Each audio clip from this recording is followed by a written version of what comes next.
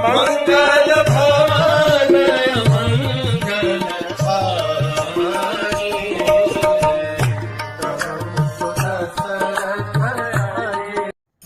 हरे कृष्ण। हमने देखा किस प्रकार से हनुमान जी ने राम को पहचान लिया, राम ने हनुमान जी को पहचान लिया। तो हनुमान राम के चरणों में गिर पड़े और रोने लगे कि अब मुझे मेरे स्वामी मिल रह गए हैं। ये स्वामी के मिलने की कथा, ये डायमंड के हार की कथा, ये भी बड़ी अजीब है। जाती है हनुमान जी के जन्म की ओर, और वो हिस्टोरिक लीप जो हमने 2 एपिसोड्स पहले आपको बताई थी, जब हनुमान जी सूर्य की ओर दौड़े। तो सूर्य की ओर दौड़े हनुमान जी ने सूर्य को निगल लिया, हर जगह अंधेरा छा गया। सो इंद्र के दरबार में हाहाकार मच गया, हर जगह पे केवल अंधेरा, कोई रोशनी नहीं है। और इंद्र बौखला कह रहे रोशनी कहां गई, अरे रोशनी कैसे होगी, सूर्य तो खा लिया गया है। सूर्य निवाला बन गया, किसका निवाला बन गया, एक छोटे बंदर का। क्या छोटे बंदर का, क्या मुझसे मजाक कर रहे हो। इंद्र वाज सो फेरोशियस, बताओ क्या क्या हुआ है। इंद्र को बताया गया, चंद्र ग्रहण, सूर्य ग्रहण का समय था, राहु सूर्य को खाने के लिए आ रहा था। एक छोटा सा वानर आ गया और उसने सूर्य की ओर लपक करके सूर्य को खा लिया। राहु को उसका ग्रास ही नहीं मिला। तो ये देख करके इंद्र भी आते हैं, देखते हैं कौन है ये। और हनुमान जी को देख करके, उस छोटे से बालक को देख करके इंद्र का क्रोध इतना बढ़ गया, उन्होंने अपना वज्र लिया और उस बच्चे के ऊपर लगा डाल दिया। सो जब वो वज्र उस बच्चे को लगा, उसकी मृत्यु हो गई। एक्चुअली उनके प्राण चले गए। प्राण चले गए देख करके सूर्य तो अब निकल करके बाहर आ गए, आ करके वो बालक मर गया। सूर्य बाहर आ गया, हर जगह पे नॉर्मल वातावरण हो गया।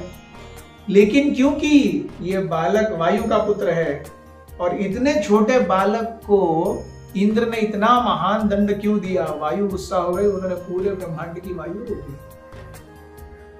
सारे देवता गण, मनुष्य गण, पशु पक्षी सभी बिना हवा के, आप बिना पानी के 10 दिन रह सकते हैं, बिना अन्न के 30 दिन रह सकते हैं, लेकिन बिना वायु के 2 मिनट नहीं जी सकते। तो हर कोई खास रहा है, हर कोई ऐसा लग रहा है जैसे मरने ही वाला है। सब सोच रहे क्या हो गया। सब देवताओं ने इंद्र की ओर देखा, इंद्र ने ब्रह्मा जी की ओर देखा। ब्रह्मा जी बोले चलो। ब्रह्मा जी सबको लेकर के उस बालक के पास आए, और ब्रह्मा जी ने अपने दिव्य कमंडलू से कुछ बूंदे लेकर के उस बालक के ऊपर डाल दी। बालक फिर से पुनर्जीवित हो गया। देख करके वायुदेव प्रसन्न हुए। ब्रह्मा जी ने कहा, अरे देखो तुम्हारा बेटा जी गया है, हम उसे बहुत अच्छे वरदान भी देंगे, लेकिन सबसे पहले वायु को हर जगह रहने दो।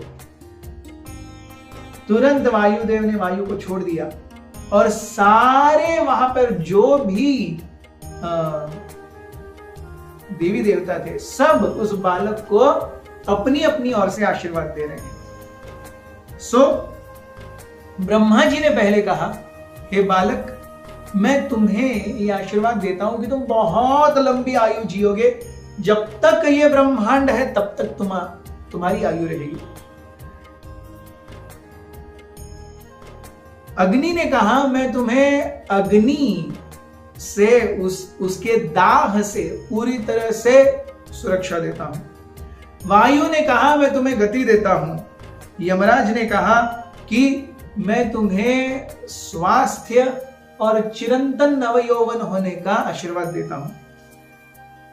कुबेर ने कहा, आप जितने भी युद्ध लड़ोगे, छोटे या बड़े, आप हर युद्ध में हमेशा विजयी होगे। वरुण ने कहा कि किसी भी वाटर बॉडी, जलाशय से आपको किसी प्रकार का कोई भय नहीं होगा, आपको कोई डुबो नहीं पाएगा, पानी आपके ऊपर कोई असर नहीं कर पाएगा। विश्वकर्मा जो देवशिल्पी है, उन्होंने कहा कि सारे देवताओं के जो आयुध हैं वो विश्वकर्मा बनाते हैं।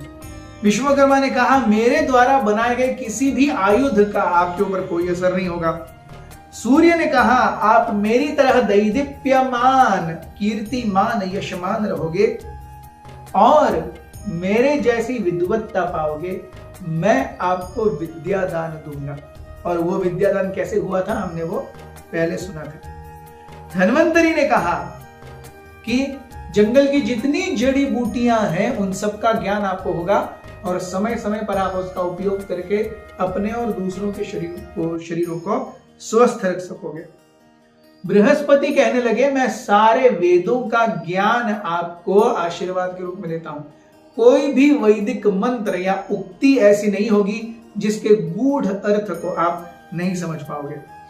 फाइनली इंद्र, जिनकी वजह से यह सब हुआ था, इंद्र कहने लगे, हे बालक, क्योंकि मेरे वज्र से तुम्हारा ये हाल हुआ है, मैं तुम्हें आशीर्वाद देता हूं। तुम्हारे शरीर का हर एक अंग प्रत्यंग मेरे वज्र से भी ज्यादा कठोर होगा और मेरे वज्र का भी तुम्हारे शरीर पर कोई प्रभाव नहीं होगा।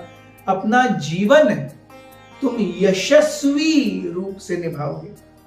सो इसी प्रकार से हर देवता ने अपना आशीर्वाद देने के बाद फाइनली ब्रह्मा जी कहने लगे, हे बालक, जो मैं कहता हूं बहुत ध्यान से सुनो। मैं तुम्हें अब एक हीरो का हार देता हूं। वो केवल तुम्हें पता होगा, वो किसी को नहीं दिखेगा, देवी देवताओं को भी नहीं दिखेगा।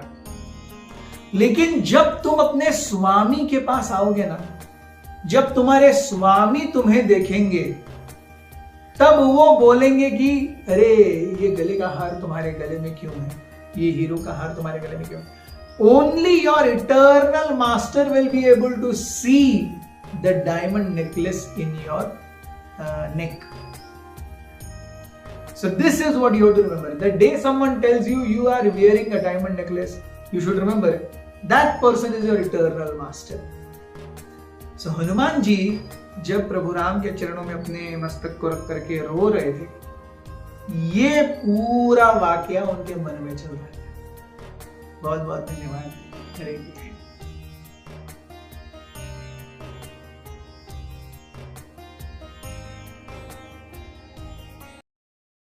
हमारे साथ श्री रघुनाथ तो किस बात की चिंता, हमारे साथ श्री रघुनाथ तो किस बात की चिंता। शरण में रख दिया जब माथ तो किस बात की चिंता। शरण में रख दिया जब माथ तो किस बात